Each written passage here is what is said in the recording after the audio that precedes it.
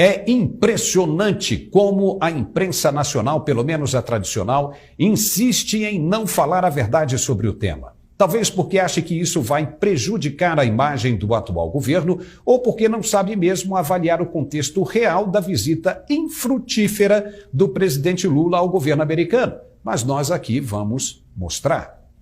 Muito se falou que Lula foi à Casa Branca para tratar de meio ambiente e conservação da Amazônia. E teve gente que acreditou nisso.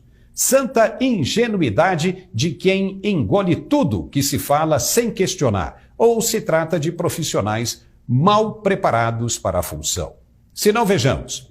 Você acha mesmo que o mundo pegando fogo, como está, com os Estados Unidos destruindo balões espiões da China todos os dias dentro de seu espaço aéreo e uma ameaça real de guerra nuclear, o presidente Biden vai tratar de meio ambiente com o presidente Lula? Só se ele vivesse em dois universos paralelos, um real, do pau quebrando para todo lado, e outro de flores e retórica de oxigênio para o mundo. Claro que não. Primeiro que Lula não se encontrou com Biden por iniciativa própria. Ele foi convocado desde que foi eleito, mas se recusou a deixar o país porque ainda não tinha passaporte diplomático. E isso poderia causar algum problema para a segurança dele por causa dos processos envolvendo a refinaria de petróleo de Pasadena.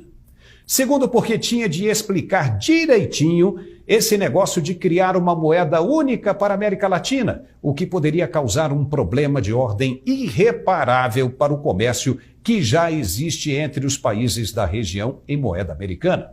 Além, é claro, de se justificar em época de guerra porque está recebendo navios iranianos no porto do Rio de Janeiro. Lula aceitou ir aos Estados Unidos só depois de empossado. Não teve nada de meio ambiente e nem de democracia a ser tratada.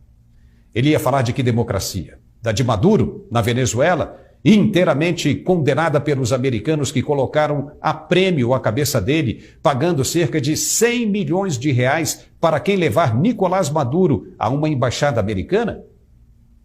Maduro está na lista de procurados como o número 1 dos Estados Unidos, acusado de narcotráfico pesado. Os americanos sabem da ligação dele com Lula, e se o presidente brasileiro insistisse nisso, poderia entrar na lista também como cúmplice. Falar da democracia de Daniel Ortega, da Nicarágua, que também é perseguido pelos americanos e pode mofar na cadeia se for pego? Ou, quem sabe, falar da democracia de Díaz-Canel de Cuba, onde não há relações diplomáticas com os Estados Unidos e, ao contrário, tem sanções saindo pelo ladrão impostas pelos americanos. Será que Lula sonhou mesmo em acabar com tudo isso tomando uma cervejinha num bar com Biden? Ele até queria falar e foi aconselhado a ficar calado para que as consequências não respingassem nele. O tema principal da conversa foi a guerra entre as superpotências, que terá como origem a invasão da Rússia na Ucrânia. Lula até tentou argumentar, sugerindo que pudesse acabar com o conflito montando uma comissão de países neutros para negociar as condições, sendo que a Ucrânia parasse de se defender e a Rússia parasse de atacar.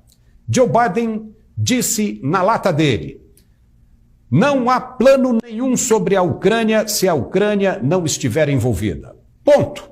Uma paulada na cabeça e não se fala mais sobre o assunto. Como Lula quer que a Ucrânia pare de se defender? Se o Brasil, por exemplo, fosse atacado por alguma superpotência, no raciocínio dele, os brasileiros deveriam ficar quietos, sem se defender? Passou vergonha e ouviu uma cobrança que ele ficou de analisar e responder depois. Esperamos que ainda dê tempo e ele tome a posição correta.